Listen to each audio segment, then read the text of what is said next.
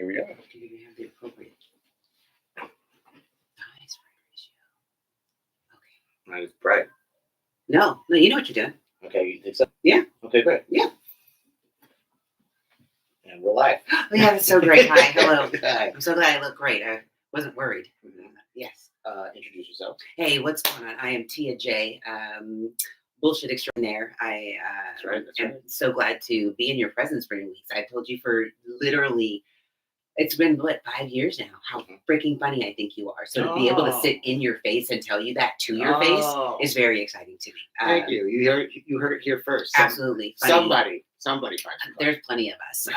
But yes, I literally... I've been bombing on Threads pretty hard. Really? I'm calling. When he says bombing, I keep bawling, right? Because the shit that you be saying, it is so engaging, and it affords people the opportunity to think about whatever it is they feel like thinking about in that moment. So whatever, bombing, bawling, Sure. Yeah. Sure. Okay. Why'd you want to come on the show? Well, first and foremost, because you asked. And I appreciate that. I literally am one of those big how do I say it? When you throw things to the ethos, I said that this year I wanted to do more podcasts, and by this year I meant 2026. But that's fine. You know what I'm saying? We almost got there. But this is how close it is. It's just kind of like, I'm in such great proximity of things that I want to get accomplished. And this was one of the things. So when you hit me up, I wasn't even shocked. I was like, well, hell yeah, let's go ahead and do this. So always, always. Yes. Yeah. So that's what happened. And that's why I get to be here and hang out. It's been great. Yes, thank you. I just want to talk to my friends. Okay. That I don't have an opportunity to see outside of shows and my regular hustle. And I'm at a point now where it's like, if I'm going to hang out, I got to make it count. Right? Absolutely. And thinking about content and everything, it's like, instead of us going out to a bar and like spending money, or like going, or I see at a show, or we go to some godforsaken hellhole to go do a mic. That's our lives. Right? Yeah. So I'm like, let me create a podcast. Absolutely. So it's annoying, right? Well, if it's not annoying, then I don't want anything to do with exactly. it. Quite frankly, that's my personality. Yes. So yeah. Yes. And to feel seen. Being self-aware is amazing. I love that you know that. Self-awareness is also it's a thing. Because who gives a shit at this point? That's who gives a shit. Like, there's so much shit out there for us to have a lovely conversation. Yes. And put it on the internet, to me, is just like, oh, that's perfect. Absolutely. Yeah. Absolutely. Well, again, thanks for the opportunity, bro. No problem. Again, I know that we actually, for you guys, because I know you guys are trying to get it, like, how do you motherfuckers know each other? Well, as soon as the pandemic ended, we were doing like social distancing comedy. And at that point, I had started in 1999 with comedy, decided that I wanted to get back into it because I had flirted with it for so many years. And I was like, well, I want to fuck it and have a baby. So how do I do that? Build a stage in my backyard, linked up with a couple other comics, and then boom, we just launched. And that's when you came to my backyard. And I was trying to smash, I think. Maybe. I think so. Yeah, I've gotten so much better now. No, that was hormones. Menopause in fucking seconds. Anyway, moving on. Yeah. What was once is just withered. You know what I found out though? Like literally, which is like one of the things that I love about the internet, and especially being online and the online culture and learning about, being women over 50 and so on and so forth, and things that happen to our bodies, is they were talking about like your nether regions, your not your clitoris stays there, but your labia, the inner ones, just disappear. And so now we were all shocked. Like we're going, are we going to go on a hunt for these motherfuckers? Is it like, what is that game with Pokemon Go? Like, how do we find them? Can I make a necklace? Like, do they fall off? Like, we were literally, so I grabbed a mirror the other day. I took a look, and their motherfuckers, they just kind of recede. So you have your outer lips, but the ones on the inside, that which some people would call it, depending on how much you got, they just kind of recede. Like a tide, just like a tide, like a tide, and then it goes back, and so like that little that hole is just more. It doesn't. It's more pronounced now because you know where it is. So I don't know if that's in clitoral exploration. I don't know if that's going to be of assistance. It's the same way of like balls. Like mine are getting lower. Well, that's gravity. Well, okay, great. No, but I'm saying like our sex organs as they develop, they're just I mean, I don't know how yours go up and make it make sense. And I'm sure that what goes up must come down. Okay. Yeah, because that's funny. The long balls. You got what is that? Testicles? I got chesticles. Chesticles. Yeah. Yeah. No, I sat on them the other day. I didn't want her. You know. Nobody wants to sit on their balls. No. Right? You just have to. You just gotta. You pop up a little bit. Just glad I'm not there with my tits. Could you imagine if I called you the other day, just like, dude, you'll never believe what the fuck happened to me. It sat right on my tits. Like, sat on my tits. We're not there.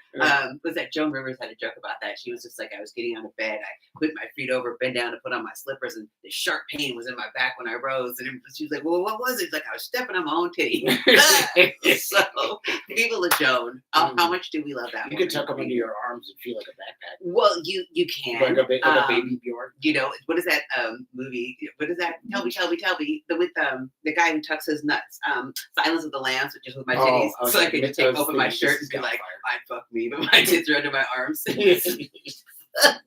Wow. I gotta try that. That's funny. You gotta fuck me real hard. Just don't say it's just late flat adjusted.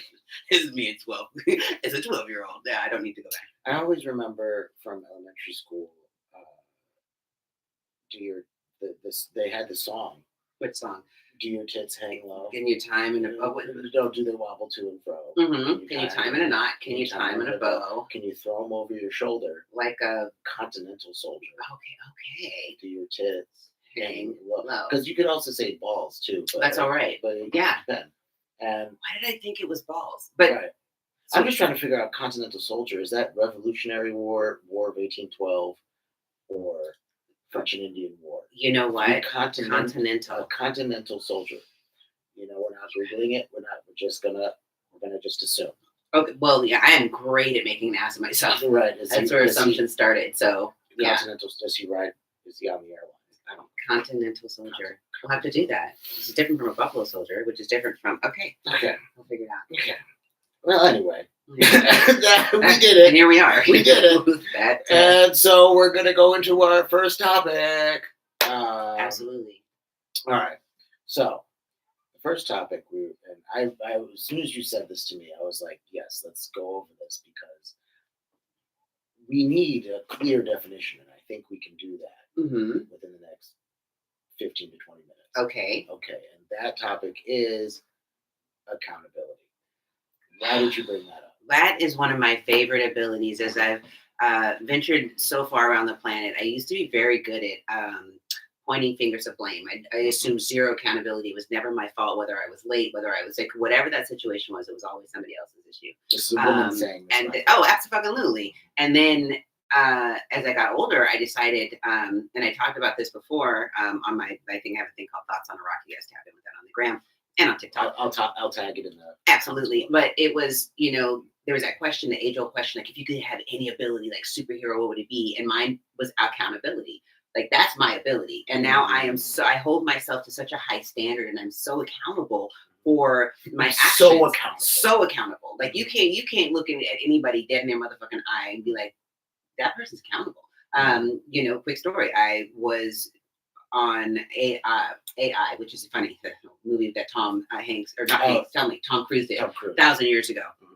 And I showed up to set and I was literally late. And you have to go to the first assistant director or whomever the person is that hands out the SAG vouchers. And he just looked at me and I was just like, I'm late. Can I get my SAG voucher? And he was kind of like expecting me to say more. And I'm like, I got nothing more for you, homeboy. I'm just late. I am just late. Now, it makes you feel better as a birthday to give me some guff. We can look around and be like, oh, but I'm still getting my voucher. And I think by just literally not having any excuses, everybody knows there's traffic in LA. Everybody knows it's just like, I am just late. And owning that, he was more than happy to give me what I needed, which is what I showed up for. Look at that. It's easier to take accountability as you get older and not have to and that goes along the lines of little white lies. And, if I made plans with you on Friday and I don't feel like going, I'm going to hit you up Friday morning and be like, you know what, when I made these plans, I felt like this, but I don't feel like that anymore. And it's not even a direct reflection on the person I broke the plans with. It's just how I'm feeling in the moment. And I'm okay with that. And if somebody wants to get upset at you for, but telling the truth or being real, then that's weird. But we're also used to being lied to. Well, the thing is, right, it was with accountability. You cannot be responsible for the person's actions, the reaction, to is, your accountability. Absolutely. So you just have to sit and own whatever they decide. Absolutely. Right. Absolutely. So yeah, but accountability is amazing. Like, when was the last time you held yourself accountable for anything? Like, let's say this morning, were you gonna? I'm kind of in the middle of something right now. Mm-hmm. Please elaborate on the middle of this something that you're. All right. So a lot of my relationships, I feel like, and this is just something that I'm kicking around as a premise, it's like most relationships are the best within 3 to 6 months. Absolutely, because people are putting their best foot forward. Exactly. Yeah. And then after those 6 months, you kind of realize, whatever the honeymoon period is, Mm-hmm. after that, you realize people's flaws, you realize people's patterns, you realize people's behaviors, and then you try to see how you can integrate those into yours. And then those where the conflicts happen, right? Once you start seeing the patterns of how someone operates, how someone navigates through the world and with you, Mm-hmm. and then you find things that, in my case, set me off. What was it? It's lateness. When somebody else makes me late, or if somebody is late meeting me, it eats away at me. Okay. Like, I can do it. Oh, you're late? Okay, this is totally fine. And then I'll be cute about it. Oh, I'll wait for you forever, right? And why would you ever say something? Because men lie. That's wild. That is so egregious, and that's why you got these false sensitive bitches running around thinking that their men are gonna da da da da da. Well, because we all have to. We all have to lie. I'm calling shenanigans. We do not. Oh, okay. We do not. I have come to the conclusion, almost at the age of 40, that men, we are taught to lie so early in our lives because we don't want to disappoint our mothers, right?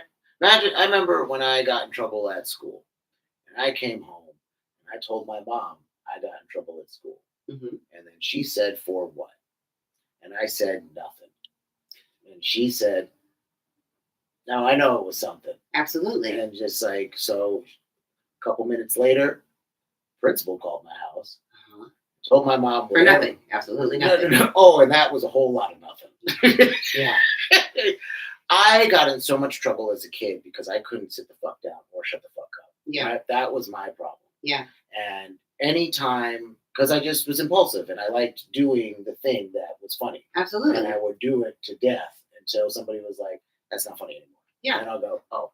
But oh my God, I'm raising a Brennan. Jesus. Yeah, so here. Criminies. Okay, great. So hear me out now. We're taught to lie early because obviously punishment reward system. Very A-B, very easy. If you think that Occam's razor, straight to the source, we get in trouble. That's not me getting the cheese at the end of the maze. Absolutely not. Right. So we have to then navigate with our mothers, being like, "I'm a good boy," and being an angel in front of your face, playing in your face, and then behind the scenes, being an absolute bastard. Yeah. Right? And that's whatever baggage we got coming out of the house. Yeah. Right? Whatever happened in the house is going out there.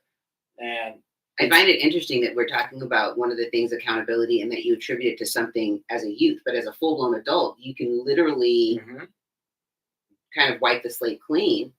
No. Yes. Okay. I'll hear your point. But I was just, you can literally wipe the slate clean, and like things, and I only say this to say things that my mother did as I was growing up that I liked, I kept as a parent to do with my children. The things that I didn't like, I just simply deleted. They never saw any of that. Sure. So if I can do that as a parent to my children, right, and then having these conversations with my son because something goes off at school, and but it's so different. I think also child rearing is a little bit different today too, because like we're a little more open to, we know that you fucked up. Like that's the bar. That's the bar right there. We know you fucked up. Yeah. Now it's about you. So telling us how about you tell me how bad you fucked up, and then how can we rectify it? It's literally so. Okay, go ahead. So my mother was explosive. So was my dad, because I pushed it. I'm pretty sure my parents never wanted to beat me, but they were like, "Oh, it's time." But it didn't work though. Temporarily? Yeah. Once it got me going, and then it's either whatever it was. I'm trying to remember a specific circumstance, like running on the couches, and we thought it was so funny because it was so funny. It was fun. It's fun, and then somebody gets hurt, and my mom's like, "What the fuck? I told you guys 3 or 4 times, right?" And then somebody gets a belt because you just don't have an off button. And I've seen this happen when I was teaching. When I was teaching at the hippie school, and I'm working with 5 and 6-year-olds, and they don't listen to you. Yeah.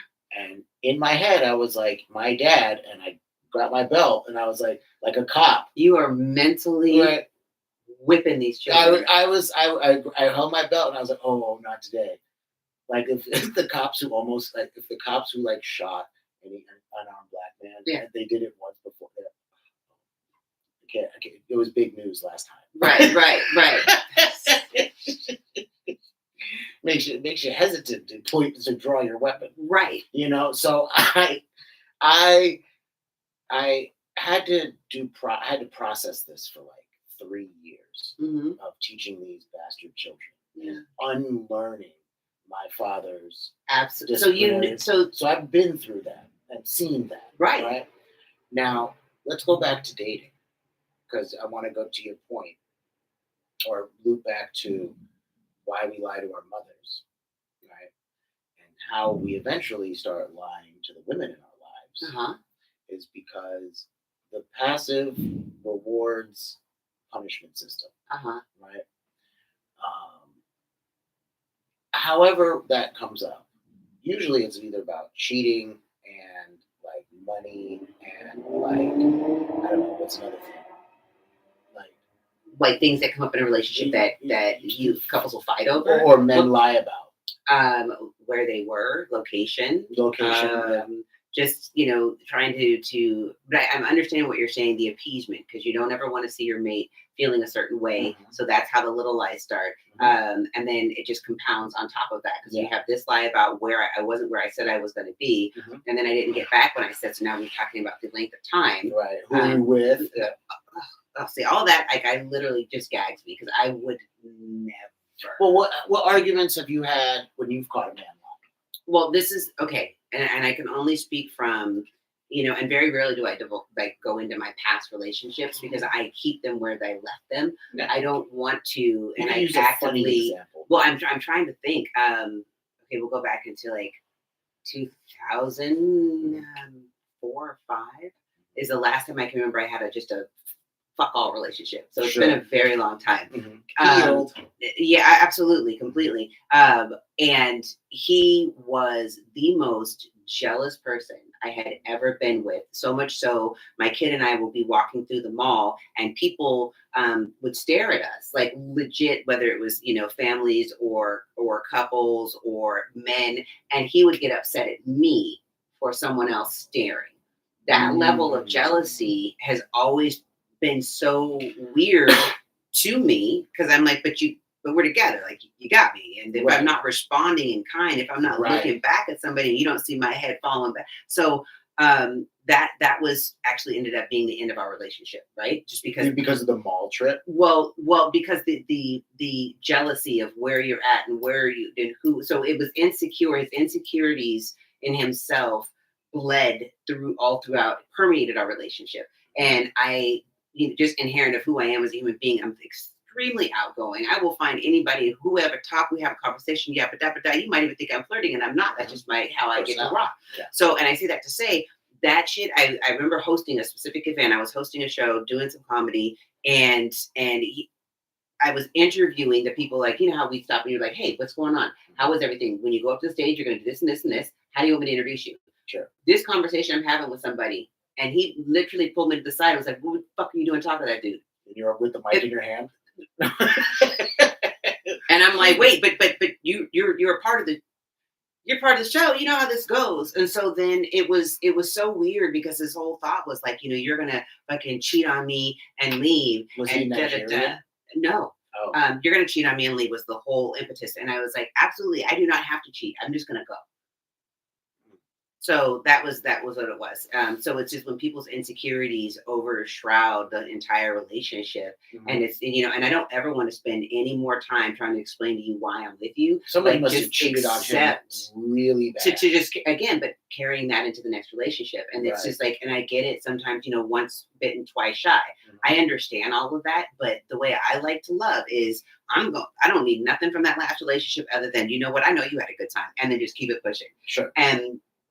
But you get to do that when you do the hard work, when you do the self work, and like what, why, how, when you operate. It's so much easier to move. So I don't have to tell tales. I don't have to lie. I don't have to spare you, because I'm never going to come out of my character to tell you some shit that you don't deserve to hear. In that way, I will always practice tact and decorum. So, but enough about me. God, I'm great. You are. This is so true. Okay. So you just have to say it out loud. Well, no. I say it often. No. Out loud so I can hear it too. Because sometimes people forget, like you are who you get to be, who you choose to be daily. Sure. Right? And people look into their future, like their future selves. I'm like, my future is right now. So everything that I'm doing in this moment, I get to do. I just need you to barf this into a bottle. I just need a couple squirts in the morning. Right. But it's so legit how I feel and how I like to just move about the planet, Sure. And it's a wonderful way to get up in the morning. And again, I taught myself this. Didn't nobody? I'm not saying that I didn't hear a quip here or saw that meme or da da da da. It's all part of the parcel. Do you jump out of bed? No, are you kidding? I'm 52. I will mosey. I'll collect my tits from under my armpits. I will just coddle them for a second and be like, "We doing this today." All right, the three of us, me, you, and you. You got it. Let's go. Let's do this. Baby. And then you just kind of come out, and then first place is the loo, because what I'm saying, I got things to do. But yeah, no, I mean, I did. There was a time where that was a thing. You just jump right out of bed. And, right now I'm not even in a rush, and that's I like to get up extra early. Like my alarm set for 5:55 for no motherfucking reason. I don't have to, and that gives me the opportunity to just sleeping less too. Lackadaisically get into my day, and I'm not stressed or pressured to do any one thing, because I can do all those things that I want to do. Right? Not that I have to do, because very rarely do I have to do some shit, but the shit that I want to get done and I want to do, I use that magical hour and a half. And then you get the boy ready for school, and you go to work, or you do whatever. But those first few, like the half hour to hour, is just all me, absent into my day. That's and cool. I will get up early for that. I deserve that. That's cool. So I don't want to be rushed. Right. I do that with the last 45 minutes of the day, where I do all the stuff I need to do right before I go to bed. But what happens if it just because lately I've been only doing like mics or show like maybe 3 nights a week, or like my second job, I'm getting less hours this month. Because October and November I was doing 14-hour days, 5 days a week. We had similar schedules. Yeah, October, November was wild, wasn't it? Brutal. And so when I get home, I don't give a fuck what time I got home. It was like 45 minutes. I'll eat it in the morning, just to like fuck around, just do the checking, get the thing, my clothes ready. Just, I get all my my bag ready for work tomorrow, and like just that last moment, so that I could just, then I don't have to worry about shit. Yeah. Then I could just go to sleep, just empty-headed. Yeah. And okay. So, but we got to go back to accountability. Yes, let's finish that. Accountability. So, and the little lies that you tell our moms, and then that translate into our women people. And so, how do you, because you talk about how you hold yourself accountable. Absolutely. Is it then possible to hold other people accountable? And what does that mean and look like? Can I hold someone else accountable? Accountability to me is a personal thing. Okay. It's deeply personal. I can only tell somebody what my expectations of them are. Okay. And then it's up to them to hold themselves accountable to that. I'll go back to my son. When you get up, I expect for you to take a shower. Make sure you put on deodorant. Make sure you put on your socks. Or do all this before you get on the iPad. You see what I'm saying? It's not like behavioral. It's just literally, this is your checklist of things I need to do in the morning if you want to do these things after the fact. So, and a lot of mornings, he gets up, he's on his iPad, time is ticking. There's been a moment where, of course, as a parent, now I'm going to see how long this is going to go. Sure. How long we going to let him sleep and just lounge and so on and so forth. And now, the payback is we just have to, because I'm a big fan of walking. I will walk him to school. Of course, I could drive, but why? Who wants to get caught on that school morning traffic? No, it's terrible. Now we walk, and his lateness depends how fast are we walking, son? Because I'll do my little 9-minute miles in the canyon. Mm-hmm. I could go.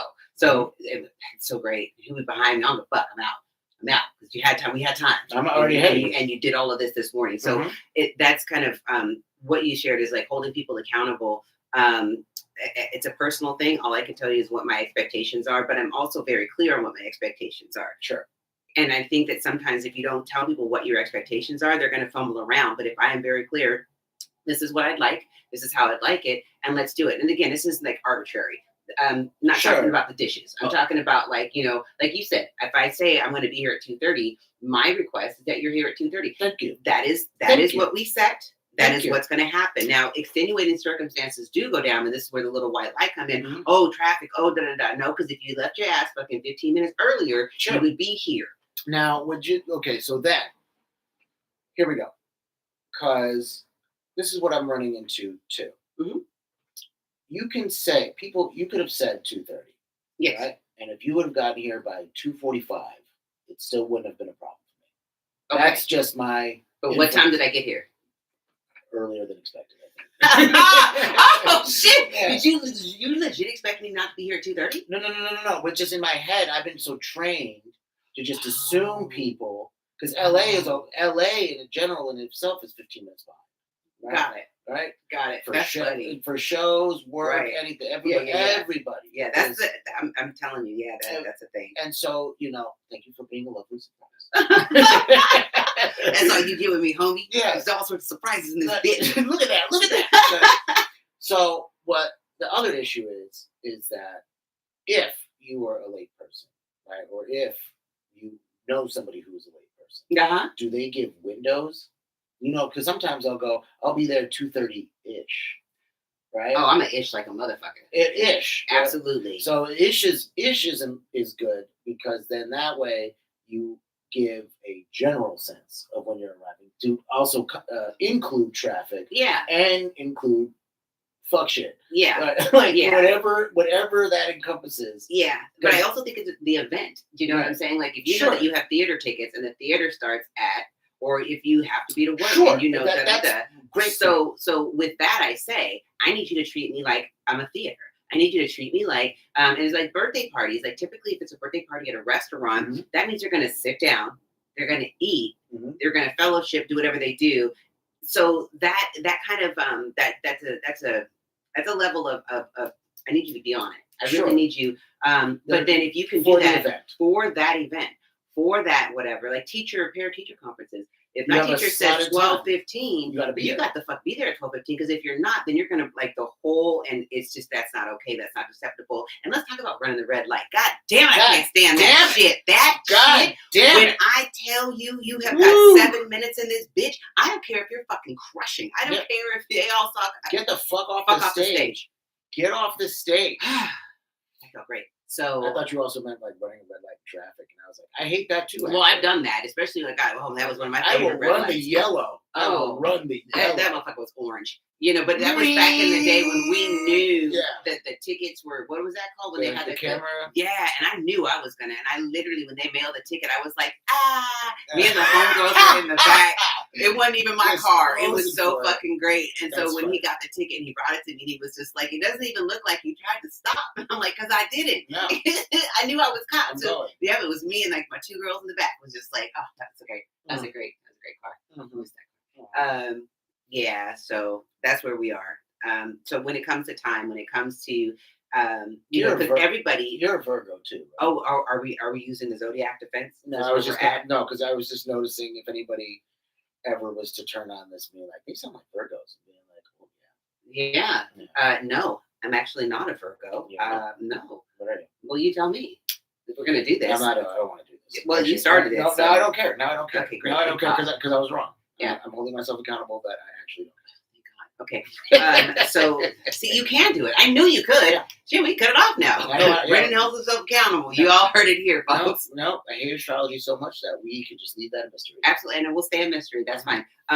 So when it comes to being in the relationship and these things after, like, the 3 to 6 month happen, now let me ask, because I see that that you're noticing things about her. Is she also noticing things about you that just aren't up to par? Are you putting your best foot forward for these 3 to 6 months, or are you completely who you are?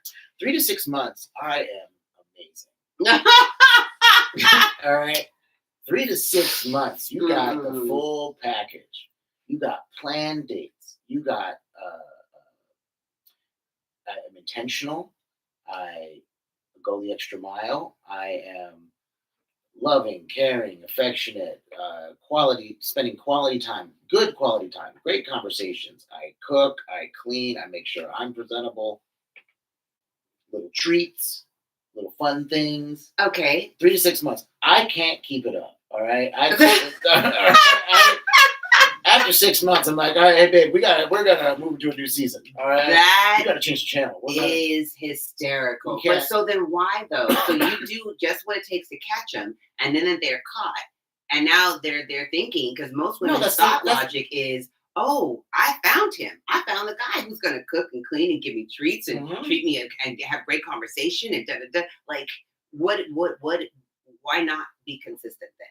Because consistency is key in ensuring the results that you want. So if you want her to do all the things that you would like her to do, then you have got to show her what she's getting into from the jump. That's how I operate. And I'm only saying this. When I got into my last relationship, I said, look, this is how my life is set up. Stand-up comedy, children, work, perimenopause. Bitch, if you can get in where you fit in. Sure.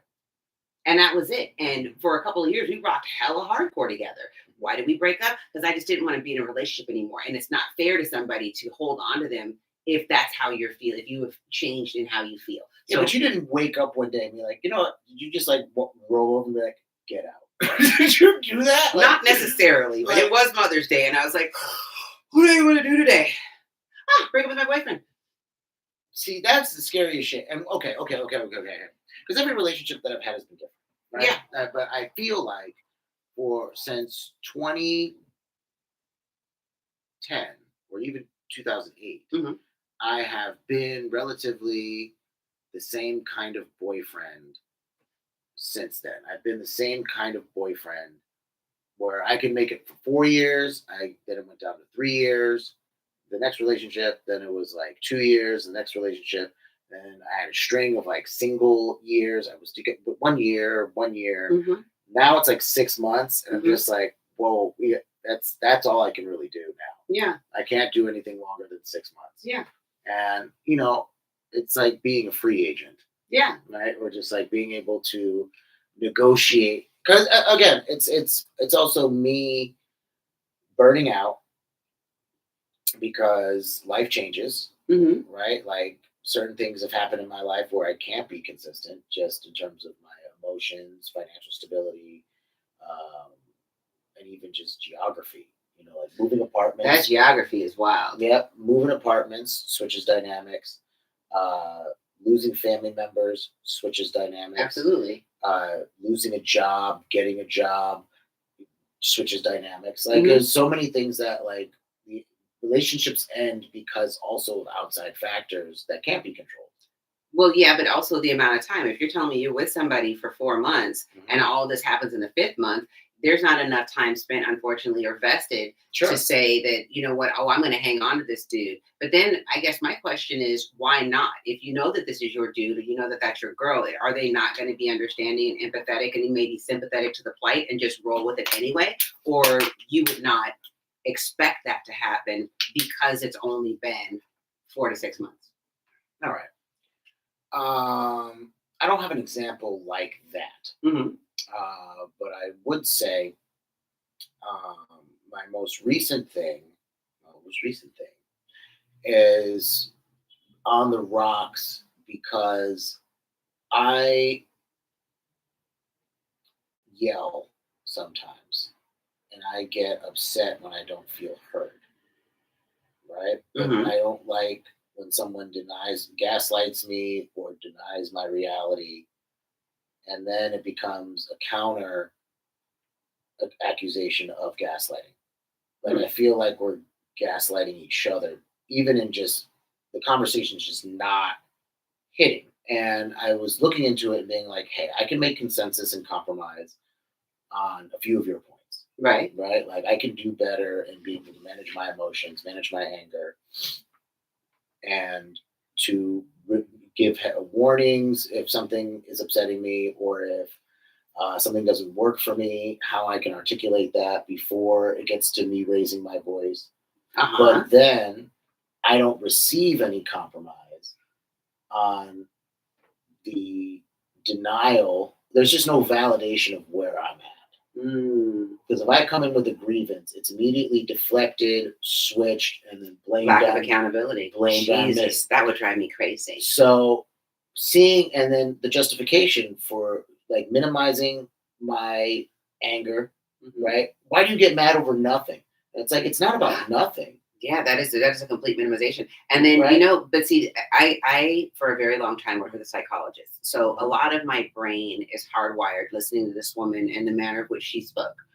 15 years is a long time to be with somebody of that ilk, to hear like the proper ways to, like, nobody likes to be told what you said. Sure. Already right there, it's just like, because my thing is, I don't like to be told what I said. You can tell me what you heard, though, because you might have misunderstood. So what I've learned as far as communication styles when it comes to a relationship is, you know what, I totally hear what you said. But just to make it clear, so I know, can you please repeat it? Because I want to get it. And they are incapable of repeating. Absolutely. What I asked them, I've been through marriage counseling, I've been through therapy, I've done all of that shit. And then when I try to apply those lessons to somebody who's maybe not familiar with it, absolutely, I then see these. It's like a brick wall. But isn't it fair then to say that there's no more time that needs to be spent, because you will spend the rest of your life trying to explain yourself to someone who's not capable to hear what you say? And you know, no, very true. And this is why the 6 months thing happens. Right? Whether or not, because I've left about 3/4. I think I got broken up with maybe 2 or 3 times. Right? But for the most part, most of the women that I've been with have wanted me to stay, but I had to. Because you saw it. Cut out. Good on you, man. Because being broken up with is like, I can't take this anymore. It's like, well, you had plenty of opportunity to say that beforehand. Absolutely. We could have had a million conversations about how to fix this. Yeah. You know? And then realizing, I was not ready to fix that part of myself. That whole mirror thing in a relationship is wild, isn't it? Yes. Because people will show you exactly who you are in the way that they date. And that's why I've been very, very, very moving forward with my dating style is I am so, this is what this is. And I never see anything for what it's not. And I think that a lot of times people will go into a relationship and, they hear the wedding bells and they hear that. I'm like, fuck are you doing? Come back. Hey, we're right here, buddy. Eyes over here. I'm going to need you to be right where I'm at, and let's just roll. And I know that's kind of a loosey-goosey way to attract, to approach a relationship, but I think it's a little bit different because we used to be, you see someone and then it's the marriage and and all that. But, again, dating over, which is a great segue, dating over 40 says, bing, bing, bing, bing, bing. Says, a lot of us have already been married. A lot of us have already had children. Like, we're kind of good on all of that. So I just want to see, first and foremost, if you had enough time out of that relationship or that marriage, give yourself the time it necessitates to just get to know who you are, what you like about you. Do you even like you in this motherfucker? Because a lot of times when we come out of a relationship, we're never the person that we were when we went in. I'm not the person that you fell in love with. And I can admit that. Sure. You know what I'm saying? But then you come out and you're like, who the fuck am I? How did I lose every fiber of my being in this relationship because you were felt like you had to put the walls up and and it just becomes this thing. So, I like dating in 2025. I'm going to like it even more in 2026 because it's with purpose. Every single solitary thing I do moving forward, because I dictate how, why, who, when, it's all with purpose. And if you can get with that, then we're going to get along fantastically. If you can't get with that, then you're not my persons. Sure. And there it is. Okay. Now, it always gets into a point in dating, right? When dating then moves into exclusivity, right?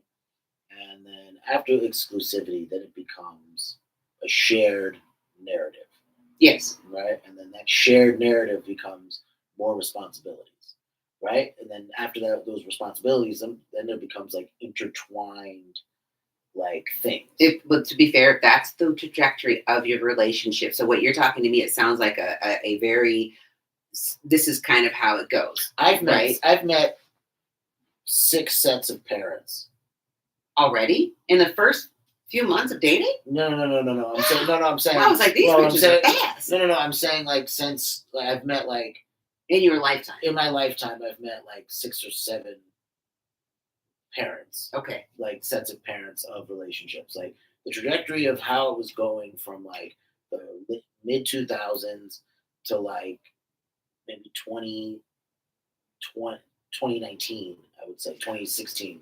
There was like this traditional, like fresh out of college. Mm-hmm. Oh, you're out of college too, and then you do the thing where you try to become the thing.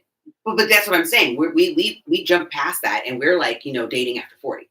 So what you're talking about, again, that was like the old construct of you meet, you get married, first comes love, then comes marriage, then comes baby to baby carriage, right. You get a house. And right. you get, I would like to believe collectively have moved so far away from that to this new term, the kind of drives you crazy, like situationships. Right. Like nobody wants that commitment. They want, but I'm saying I'm for, if that's what you want, if you want that traditional love, marriage, house, the 2.5 cars, the garage, whatever, then that's fine for you. But I do like, as of late, there's a new way to go about things, and it's what's mine is mine, and what's yours is yours, and what we want to share, we share. Parallel and I just, for me, and again, that's not for everybody, because you have a lot of women who, most women that I know that decide to go to college, that go, then they get their master's or they go on further to get their PhD. They're not even really ready to date until they're in their late 30s, early 40s, because they got all their school out of the way, they got their degree. And so now they're like, all right, come on, chop, we need to do this, baby, marriage.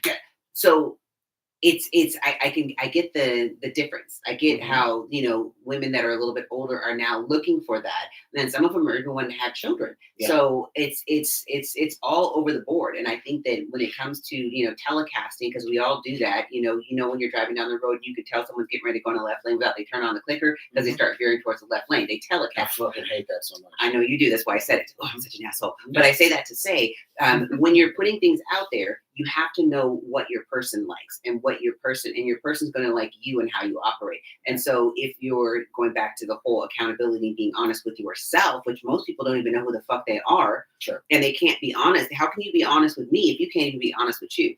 That's some wild shit.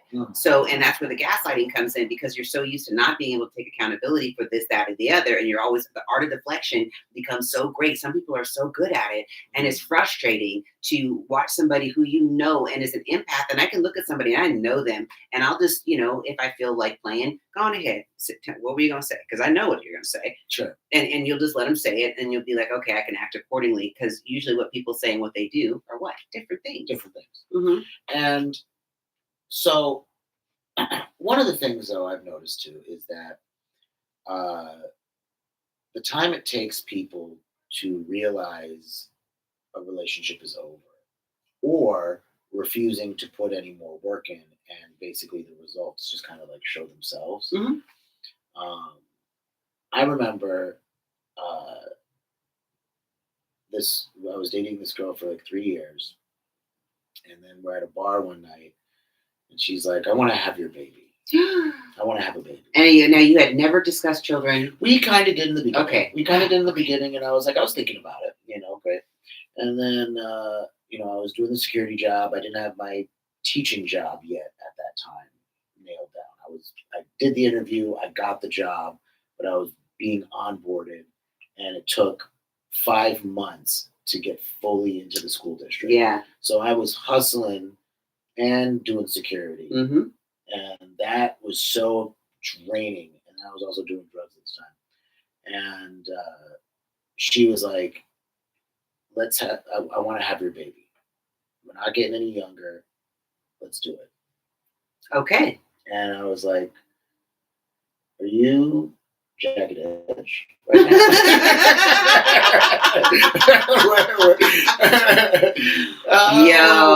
What are you doing to me right now? Yo. So So as soon as I was like, I don't think so. How did she receive that? I was like, there's a lot going on that I don't have nailed down yet. Yeah. And to be honest, we'd have had a really ugly baby. We're both, because you're both really attracted. That happens. But I was looking at her face, I was looking at my face, and I was just like, yeah, we're gonna have some fun. It's gonna be so funny if it had your eyebrows and her did mouth you think and about her that? cheeks. That is so funny. Did you think about that? Like, so funny. And so, God damn, I hope she doesn't see this podcast. I'm so sorry. It's fine. No, it's fine. But like, just like, I thought she would have thought about that, being like, yeah, he's handsome, but like, no, I think it's the connection. Like even with my son's dad, I can say he called that boy a keep a bitch baby. And I say that with the strictest impunity. That's what his whole thing was. Like, we were going to be to keep a bitch baby, and it didn't happen, coincidentally. Sure. What is it called? What the fuck is it called? Catch? You got caught? Well, yeah, but that was his whole thought. Like, if I have a baby, and I say that very tongue in cheek because, I don't think that there was supposed to be a baby at all until, he shows up. And then, of course, that's where the time thing comes in. But my thought is I had raised my daughter all by myself. Right. I was so comfortable and confident doing it again, whether you want to be a part of the baby's life or not. But, tell me at 40 I got pregnant. I hadn't had a scare in 20 years. So I was like, you couldn't tell me this shit wasn't ordained by somebody. I have clearly my uterus. So I went through and he's actually with his pa right now, having a great motherfucking day. So it is, that was the whole thing. See, and I'm also in the back of my head being like, should I have had the baby? No, because if you should have, you would have. And that's the whole thought that needs to go into that. Is you should have, you would have. That is it. There's nothing else that needs to be talked about. No, to be honest, she would have been a great mom. Yeah. But like, like you said, I think a lot of people put too. And this is just, again, all these are just my fucking opinions, right? Uh-huh. And I say that to say, I think that if a lot of us were planned, we wouldn't be here. Right. Like, there's no motherfucking way I would be here if my mom and dad sat down and thought about it, because there's just no way. No, I was sought after. Oh, well, that's very good. My parents really tried for a long time. Yeah. Well, but most people should be so lucky, and that's what I tell people. If you find out that you're pregnant, you got to trick that baby into thinking they're supposed to be here, because there is nothing worse than being a child and just just on site. You just see it and I know that baby can fucking tell. Like, if I'm supposed to be here, like, don't nobody want to be like, oops.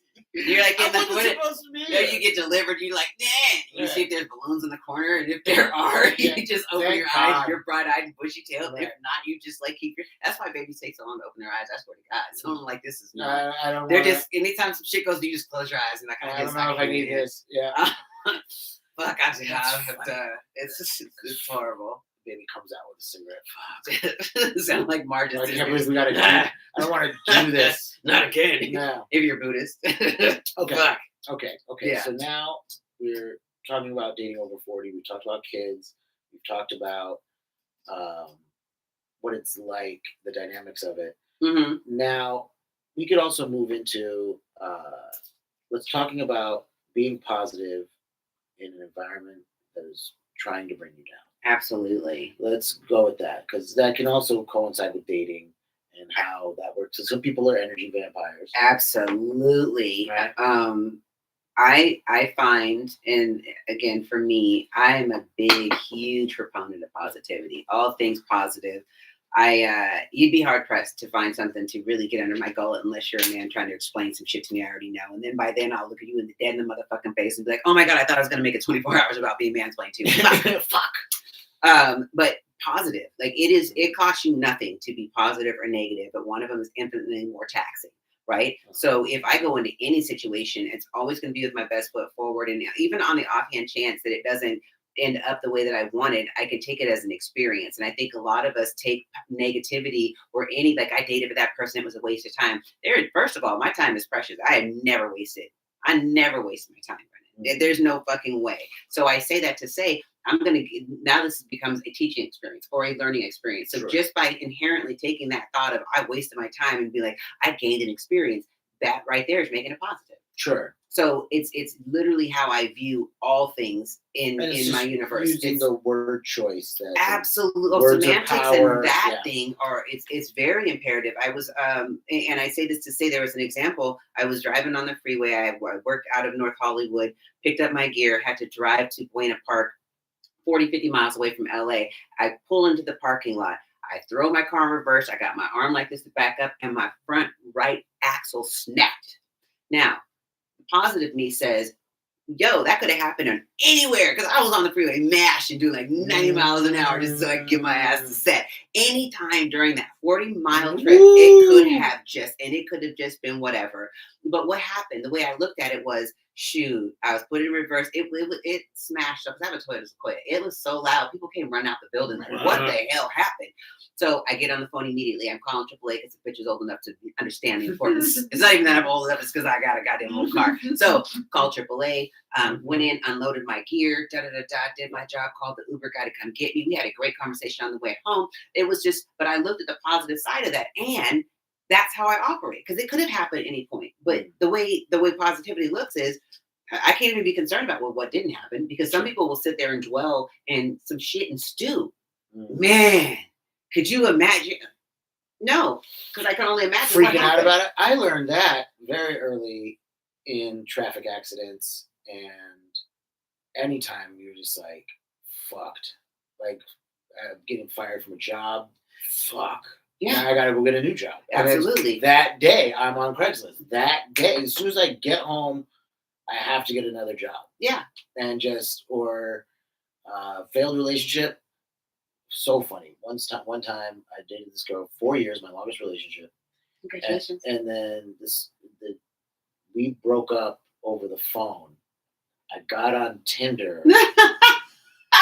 That as soon as we hung up, within the first 15 minutes, met this beautiful Australian woman, and then dated her for 3 months. Yeah. And then was just like, oh, it's that easy? I'm not healed, but like it's like the next day. Yeah. And sometimes it just happens that way. Well, yes. But I'm also, it's like when after the husband I separated when my son was like 3 years old, I had to take stock because he was unfaithful, which, I won $20 motherfucking bitches, because y'all thought it was going to be me. Bang. We were shocked. Nobody was more shocked that my husband cheated than me. Because I'm like, I am this motherfucker. What are you talking about? How could you on me? And then you realize that it's got nothing to do with me. That was something exactly that you wanted to do. You were doing what you wanted to do. Yep. And now I'm going to afford you the opportunity to do it at leisure. Go ahead, baby. You do your thing. Because who be it of me to stop you from being exactly who you want to be? And if I can't, lend to that, then I gotta let it go, right? So, but it took me a long time to come to that conclusion. But I took the time and necessity to sit with myself and be like, did I exhaust all the things? Because if you're in a marriage, you do want to exhaust every option before you say, okay, I'm throwing in the towel. And but in this instance, he did it for me. He was like, I don't care, and I was like, that is wild. That is wild. But at the end of the day, okay, baby, I'm not in a position to keep anybody who doesn't want to be kept. And when you realize that, when you realize the importance of, you have said under no uncertain terms, I want you to let me go. You know what? Say less, homie. You're good. Say, what was that? The 5 heartbeats when Big Red had homed it off the patio? Say less. Say less. Bye.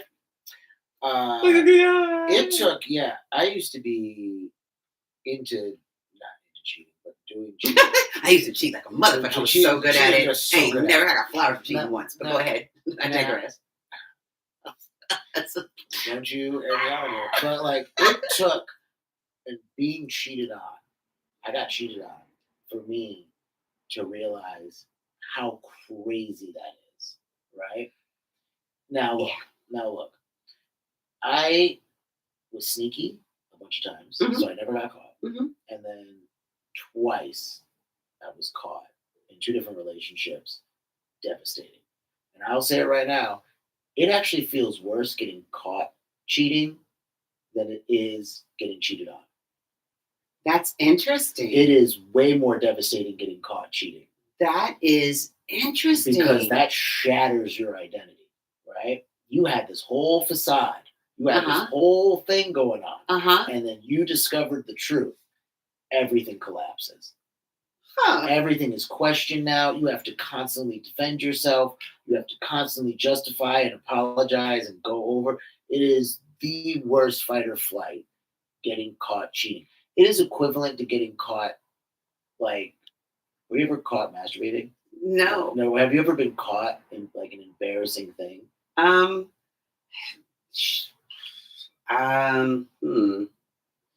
No, I mean, I pee with the fucking, when I go out to like places, I pee with the door open. Because like my thing is I'm setting you up. Okay. So if you come around the corner, it's like, we both gonna be embarrassed. But there's just, okay, okay, but let's, okay, wait, no, yes, okay, yes. I'll just say yes. No, I want you to feel it. I want you to feel it. No, it's the shame. Homecoming, I had a dress that was lace.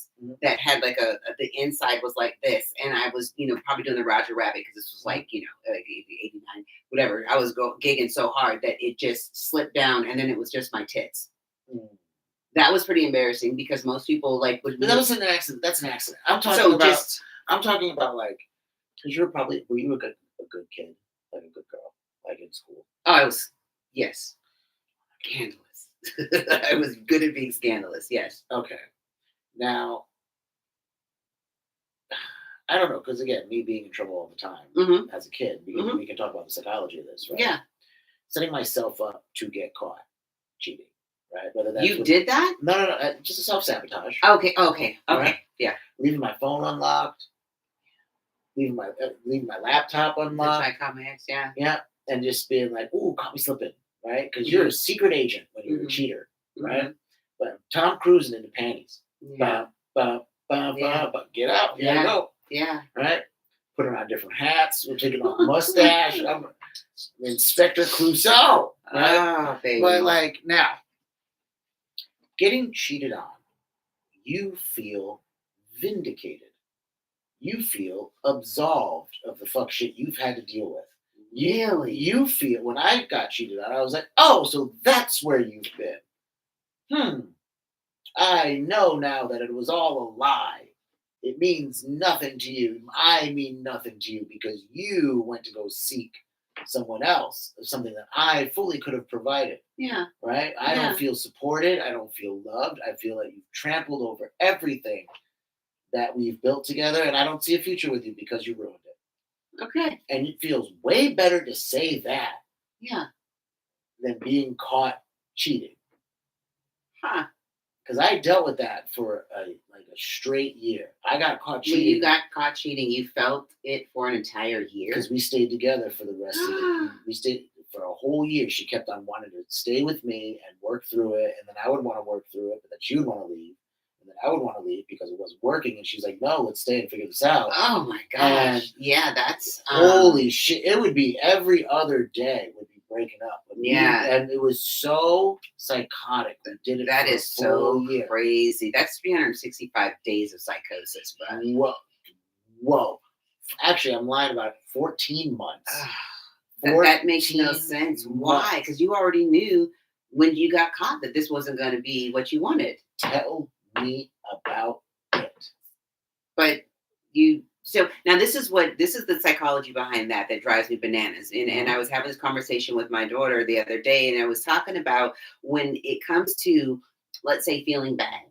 Now, if I believe, which I wholly and completely believe, that I am in control of how I think, feel, and react on any time. I can't react to how people treat me, but I can react to how I respond. Right. Sure. So, or that's my response. So, who said that if I did some fuck shit, this is an extreme example, I did some fuck shit and I'm over it, but you're not, but you have an opportunity to be over it. Now you're going to sit there and think about that fuck shit I did for the next 6 months when all you have to say is, wow, she did some fuck shit. I'm not going to talk to her. I'm over it. Why do you have to? But I'm saying that's the human nature. But I'm up here. I'm not saying, this is my vessel. This is my skin. I'm sitting here. We're having a great conversation. But I don't do shit right now in my life that affords me the opportunity to feel fuck shit ever. Does that make sense? Yeah. So in the past I would do that, but as I've again ascended over here, like I don't want to, do unto others as you do unto yourself. That is like that is a mantra, so I'm not doing fuck shit to you. And if I am doing fuck shit to you, you rest assured you deserve that shit because that's not how I operate. Oh my goodness. Right. And there are so few and far people on the planet that are deserving of that. Sure. in general. But for me, especially, because I don't roll like that. But fuck with it and see what happens. Okay. So I meant that to say, if you control how your mind works, if you think, Sure. feel, then why do I have to perpetually put myself in a relationship that I know is not working? What I'm not going to do is put myself in a relationship that I know is not working. You would be surprised from what I've seen on Twitter and Threads and Instagram and Reddit, like the different circumstances that people stay together. And there's ulterior motives. Mm-hmm. There is financial reasons. There is convenience, right? I remember, I don't know if you ever, there's the different Facebook groups. One of them is like, I'm not taking the time to read all that, but then it's just some long ass post about some crazy horror story. Yeah.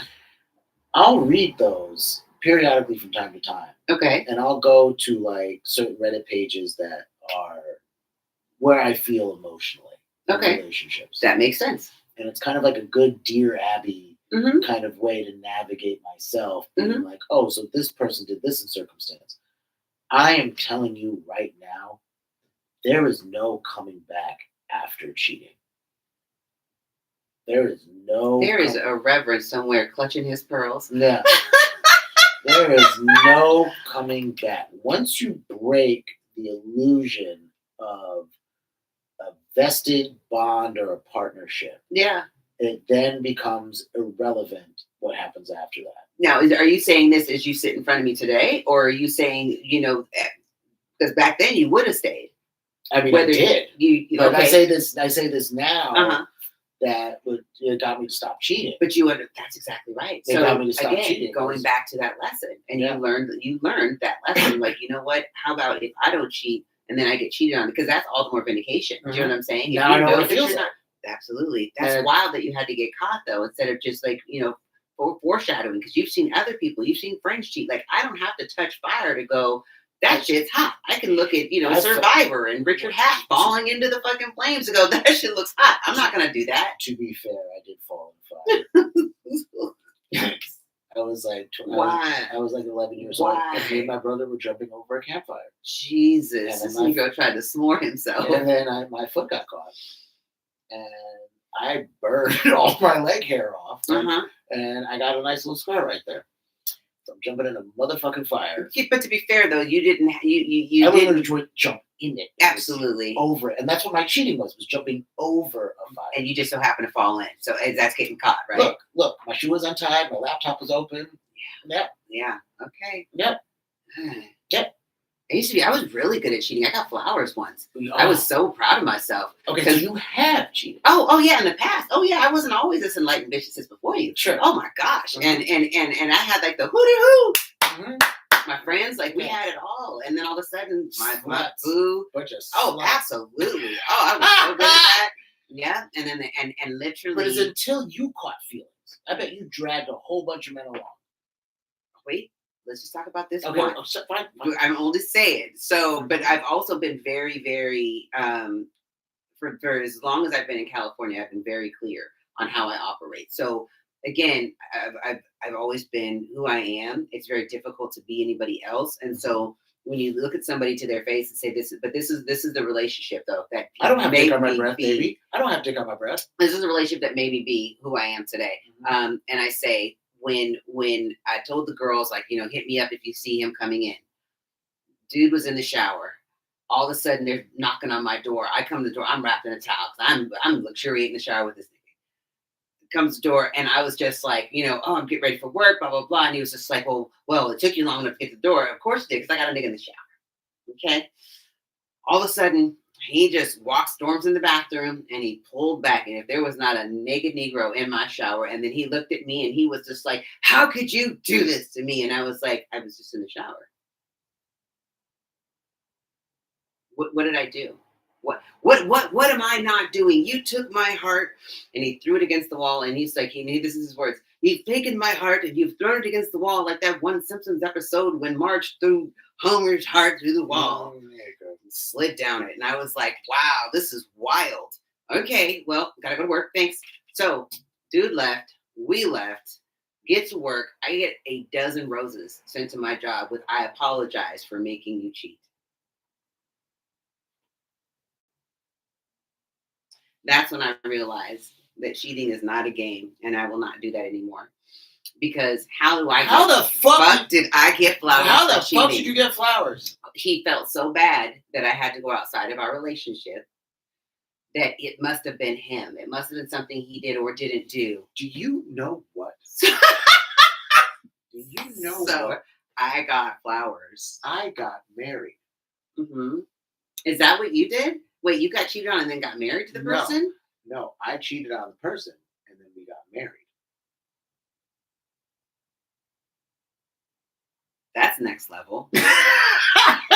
My boy was like, "Hold on, I can raise you flowers." Yeah, with a bouquet of them bitches. Yeah, down the aisles. Why? I guess I got that good dick. So you cheated on her, and she said, "I do." She asked me to marry her. Did you think that was going to keep you from cheating? I didn't cheat ever since then. Yeah, but it shattered her reality because she kept bringing it up to herself. Well, why did we get married? She asked me, and then she was like, "This isn't even worth it." But you had to say okay, though. Like yes. Oh, the marriage counselors were always on my side. Yeah. All right. Yeah. I was always stating like straight up, I am doing everything that she asks. Yeah. And it turns into But that's why that's exactly, and that's another thing when we're talking about being in these relationships that no longer benefit us. Yeah. She was going to make it her point to fuck you up. Yeah. And you let her because there was that part of you that said, you know what? I don't ever want her to feel this way again. Yep. So now I'm going to enter into this false marriage, and we're going to spend the rest of our marriage trying to fight like why I shouldn't have and why you shouldn't have. And that, how long was that last for? 14 months. That's crazy, B. That's really crazy. So, but that goes back to what I was talking about with my daughter. Is like, why do we make ourselves feel like we have to feel bad? Like you cheated, I cheated. This is what this is. This isn't going to work. Like, at what point do we get to say, I'm actually good? And it's not that I don't want it to work, but then you have to look at the person and go, if I'm already telling you to your face that I don't think this is going to work, there's no amount of you changing my mind. Like there's no reason for us to continue. And I want the woman or the person on the other end of that to go, I'm worthy of being with. Right. So if you don't want to be with me, I will find somebody who understands that I am worthy of being with, and it's not you, and that's okay. That's okay. I'm not everybody's cup of tea, and I fucking get it. Nor do I want to be. But I think it all goes back to self and how you feel about you. The more happy-go-lucky you are, and the more accepting of you and understanding of you are, the better it gets out there. And people can't, you will smell fuck shit a mile away. Like motherfuckers that are coming at me with fuck, they don't even come at me anymore. I'm so over here. They don't even come at me. And if they do, it's because I summon them. And I mean that in the most positive way. I don't want to go through some shit that I don't want to go through. Yeah. And I'm not going to allow it. If I won't put myself in the bullshit, I'm not going to allow you to either. And when you have a higher standard, then people, they just know, like, oh, I'm not even going to talk to that one. You know what I'm saying? And that's fine, because if you're like, that's where the whole equally yoked thing, which I typically don't like to go to church on those regards, but that's where that makes sense. And I don't mean financially, I mean energetically. If you understand you and you love you, then I believe that you have the ability to love me as well. And sometimes people don't love themselves. So you can't come over here talking about you love me when you hate everything about yourself. Because that's not going to work. That's a mismatch. It's not going to work. I actually agree with that point too, because depending on how I'm feeling about myself is the quality of people that I attract. And that happens on a daily. It's not even just try it. Like go walk through the neighborhood and just smile at everybody. The amount of people that are going to smile back, and then if they're not smiling, they don't even look at you because they don't want to deal with your smile. Right. So literally, and that's the exercise that I do every single solitary day. I'm on set. I work with 500 people. 400 people, 300 people, 200 big, large sets. I will talk to maybe 12 people because y'all get this energy. And when I say you get this energy, you get this energy. Sure. Right? But it's not for everybody because not everybody likes it. And then going back to like the toxic positivity, sometimes I can vibrate at such a level that it really pisses people off. Sure. But I'll allow that. If me being over here, like somebody commented under one of my posts the other day, which I was kind of low-key like happy about it. Yeah. They were like, shut up. Now, It was two little words, but I was talking about setting goals or whatever, and it was shut up. And so when I was hiking today, I was like, maybe he was like, shut up. You know what I'm saying? So I put my little spin on it, because now if I look at it, like, shut up, I don't set any bitch. my goals. Yeah. You know, like, I was like, okay, maybe, you know, when he called somebody a bitch, maybe he was like, bitch, let me tell you something. So Sure. I took that, again, which could have been perceived negative, and just flipped it. It was like, shut That's up. okay. So whatever we got to do, man. So I don't know that that's necessarily toxic positivity, but what do you consider toxic positivity? Because maybe I need a sample. Can I? Okay. Is this for me? Yes. Fantastic. There is a couple of archetypes online, and I would like to say Gen Z, but also in maybe lower millennial, and then maybe the lower Gen X, where it's somebody who has done all of the work and is now trying to sell you on that work, right? So anybody who has a lifestyle influencer podcast, or a fitness influencer, or um, the like battered women accounts. Have you seen those? Have you seen the people? I have not. Not that phrasing, but it's just no. Where's but my phone? Battered women. No. But like App? Is no, it an app? No, What? that's crazy. An app, like a dating app. Battered women. I don't know. How do I? No, that's so funny, but no. I'm talking about like, just like you see the black and white, they're memes. Okay. But they're mean like, if anybody cared about me, they would put it like, if a man says he want to, he will, or some shit like that. Okay. You know what I'm talking about? Okay. If he wanted to, he would, kind of stuff. Okay. Like those little, is the word adages, like a little like phrases here and there, being like, I raise and do everything on my own. I independent, like independent women, psychology, relationship advice, dating accounts on Instagram. So you follow these? I pay attention to them very closely, because I remember in 2015 when we started doing all the psychology like together, right? Of like improving ourselves. It was probably even 2013 of like collectively therapy language was coming into vogue. Yeah. Right? Yeah. And we all started reading the books and the self-help, and all of that started.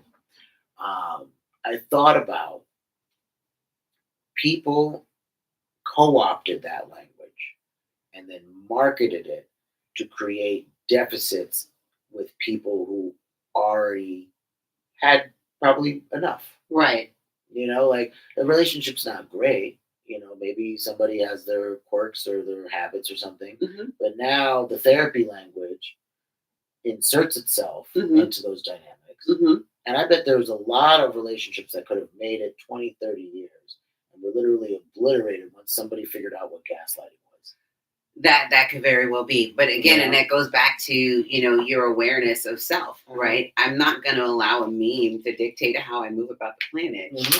But that's me. But that's there are so many people. But see, and then again, when I talk about my circle or the people that I hang with or that I get the opportunity, it's always upcycling.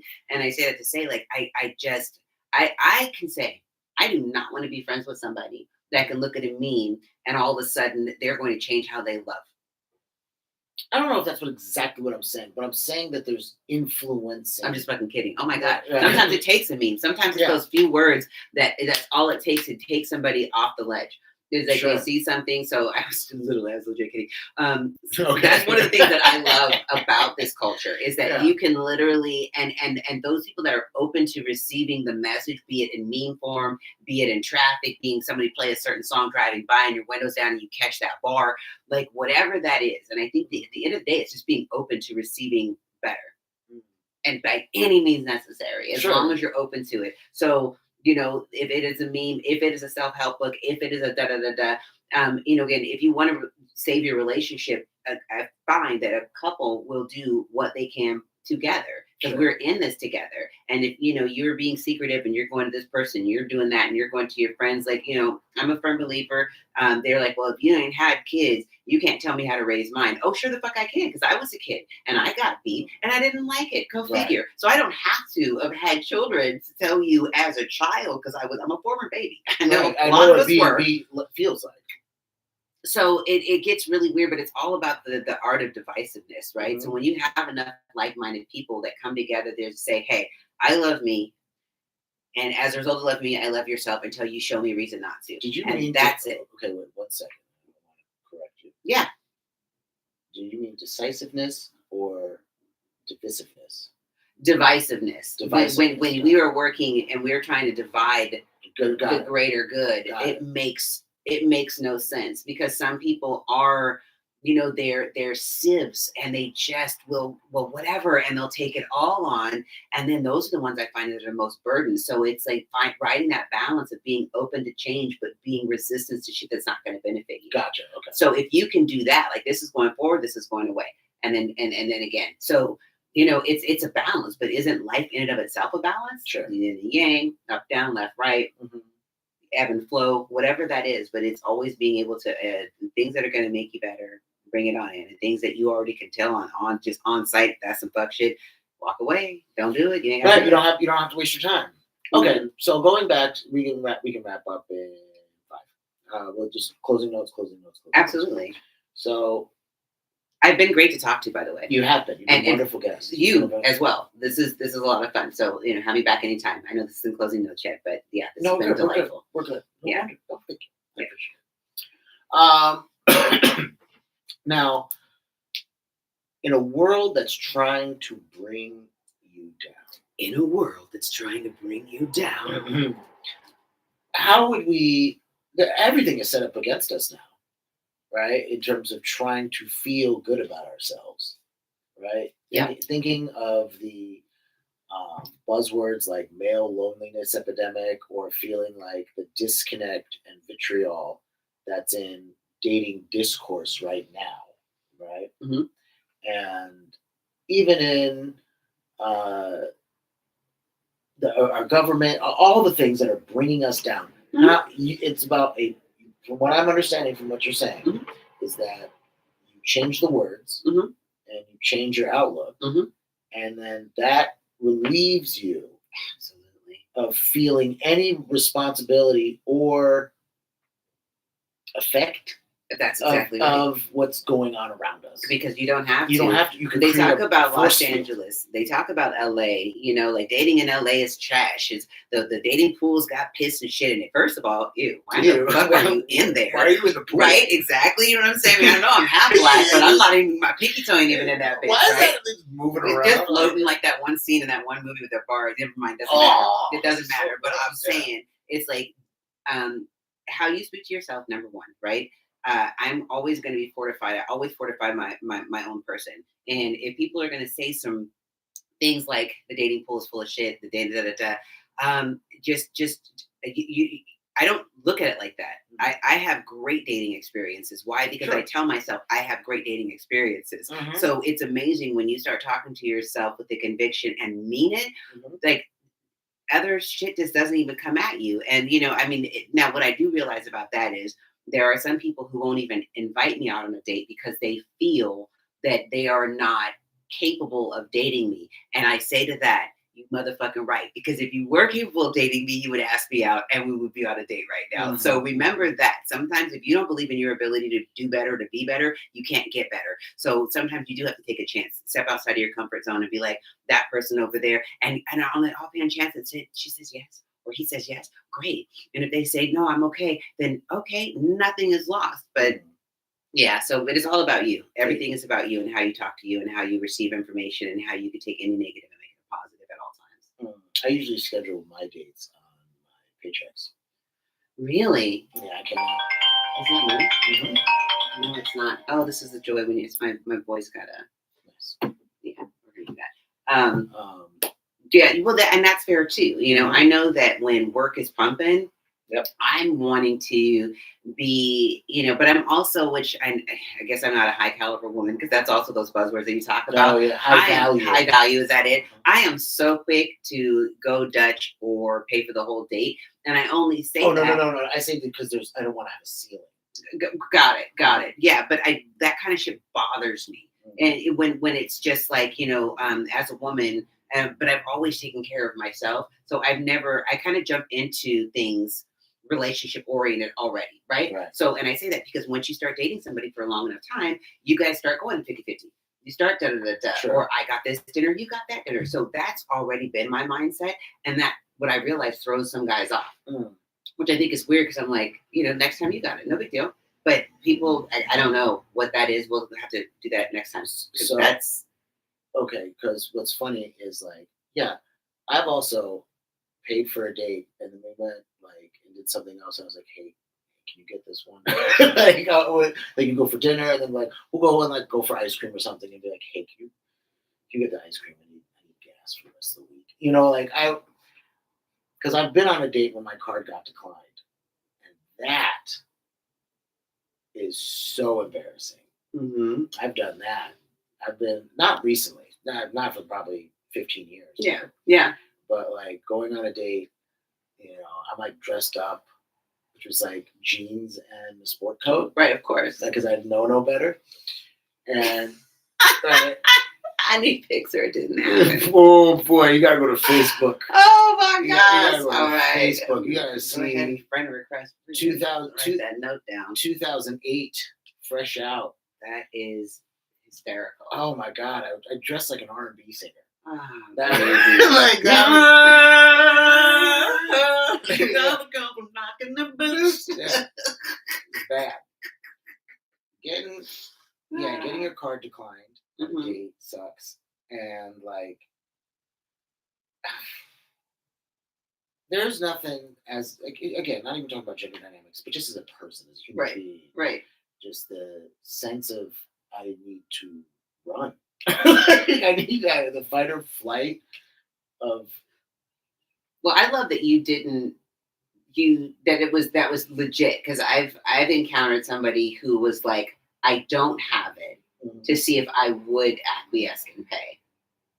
No, because it came on the onset, on the outside of like, by the way, I just wanted to see what you would do in that instance, and that feels shitty. That is, and that's why we don't go on dates. We don't go on second dates like that. So I don't ever need to feel, because I am so forthright and forthcoming with my objectives. Right.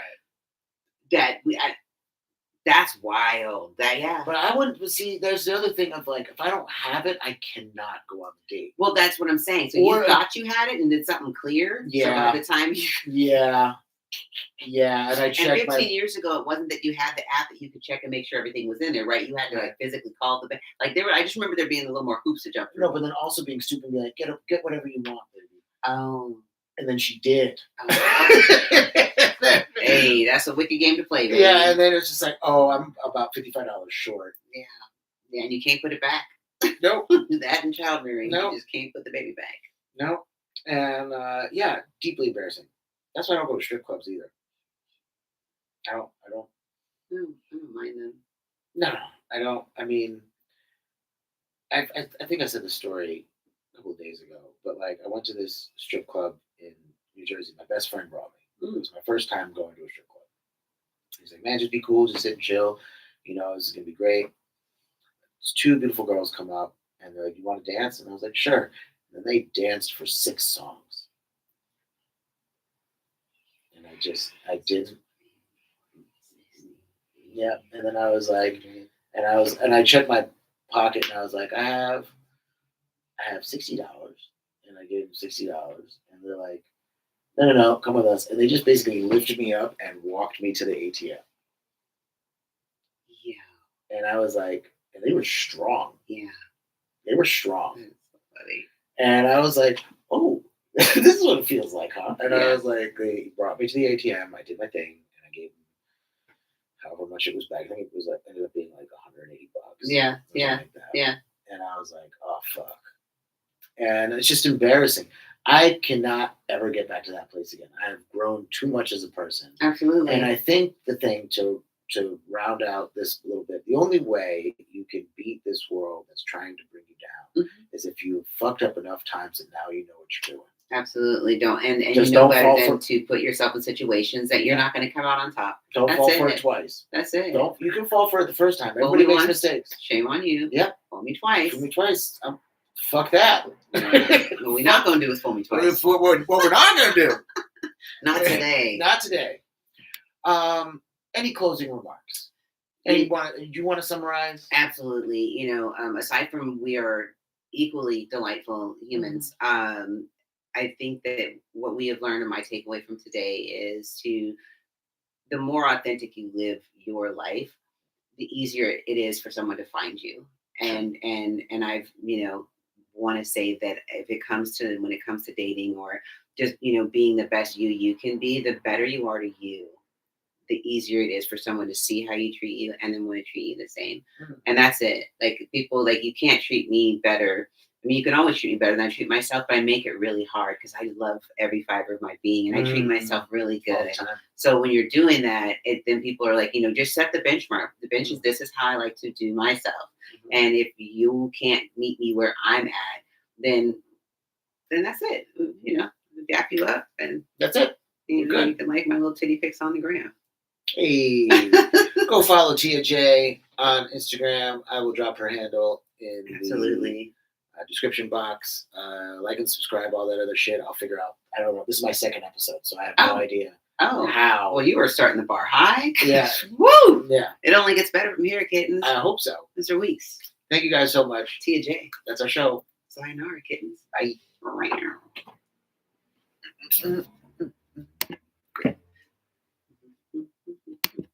That was so delightful. Yay.